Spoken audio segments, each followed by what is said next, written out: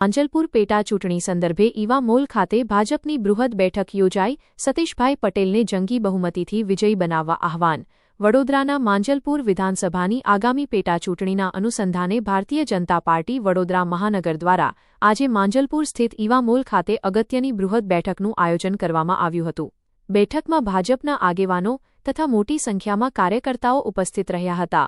આ પ્રસંગે કેન્દ્રીય જળશક્તિ મંત્રી શ્રી સી.આર. પાટીલ, ધારાસભ્ય શ્રી કેયુરભાઈ રોકડિયા, ભાજપના ઉમેદવાર શ્રી સતીશભાઈ પટેલ, શહેર પ્રમુખ ડૉ. જયપ્રકાશ સોની, મેયર શ્રીમતી ગીતાબેન મકવાણા તેમજ પ્રદેશ અને સ્થાનિક સંગઠનના આગેવાનો ઉપસ્થિત રહ્યા હતા.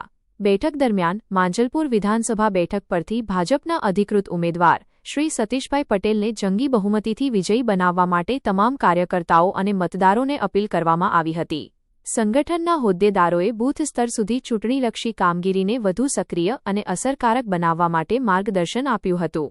ઉપસ્થિત નેતાઓએ દેશ અને રાજ્યમાં થયેલા વિકાસ કાર્યોને જન સુધી પહોંચાડવા તેમજ માંજલપુરના સર્વાંગી વિકાસ માટે કમળના નિશાન પર મત આપી ભાજપના ઉમેદવાર શ્રી સતીશભાઈ પટેલને ઐતિહાસિક વિજય અપાવવા કાર્યકર્તાઓને આહવાન કર્યું હતું. HX24 ન્યૂઝ ગુજરાતી સાથે જયબગિયા, સુરત.